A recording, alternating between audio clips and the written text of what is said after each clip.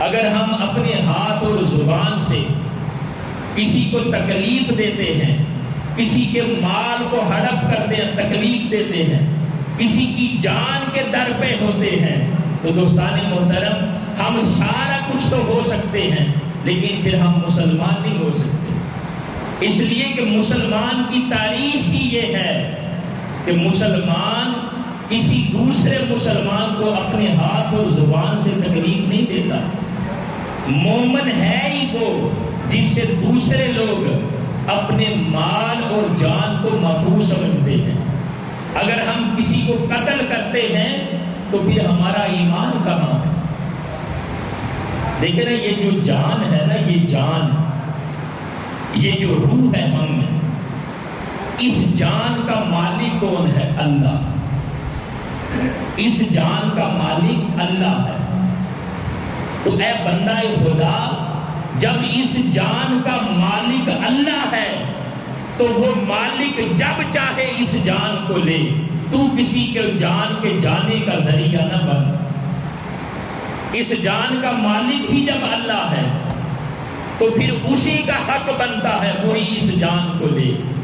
تو کسی کو قتل کر کے، کسی کو نقصان پہنچا کر اس کی جان کے جانے کا ذریعہ نہ بن، اس لیے کہ اس جان کا مالک ہی جب خدا ہے تو اس جان کو حق بنتا ہے کہ بس وہی خالق لے۔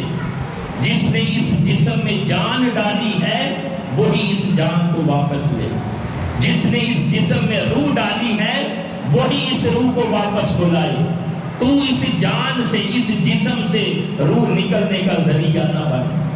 تو فرمایا مسلمان وہ ہے جس کے ہاتھ اور زبان سے دوسرے مسلمان محفوظ رہتے ہیں، اور مومن وہ ہے جس سے دوسرے لوگ اپنا مال اور اپنا جان محفوظ سمجھتے ہیں۔ یعنی مسلمان کسی کو تکلیف بھی نہیں دیتا، مومن کسی کا مال بھی نہیں لیتا، اور مومن کسی کی جان بھی نہیں لیتا۔ یہ آقا علیہ السلام نے مسلمان کی اور مومن کی تعریف کی۔ یہ ساری چیزیں ہمارے اوپر صادق کب آئیں گی؟ ہمارے اوپر یہ ساری چیزیں کب سچ ثابت ہوں گی؟ جب ہم اپنے محبوب آقا کی تعلیمات کو دیکھیں گے، جب ہم اپنے محبوب آقا کے حسن اخلاق پر مبنی تعلیمات کو دیکھیں گے۔ اگر انسان کی زندگی میں حسن اخلاق آ جائے، حسن سیرت آ جائے، تو پھر انسان کسی کو نقصان نہیں پہنچاتا، اس لیے کہ اس نے تعلیم اپنے محبوب آقا کی سیرت سے لی ہے، اس نے عادات اپنے محبوب آقا کے اخلاق حسنہ سے لیے ہیں۔ تو ہمارے لیے، بندہ مومن کے لیے جو سب سے بہترین چیز ہے وہ حسن اخلاق ہے۔ اور فرمایا مومنین میں سے کامل ایمان والا بھی وہ ہے جس کا اخلاق سب سے اچھا، جس کی عادات سب سے اچھی ہے، جس کی سیرت سب سے اچھی ہے۔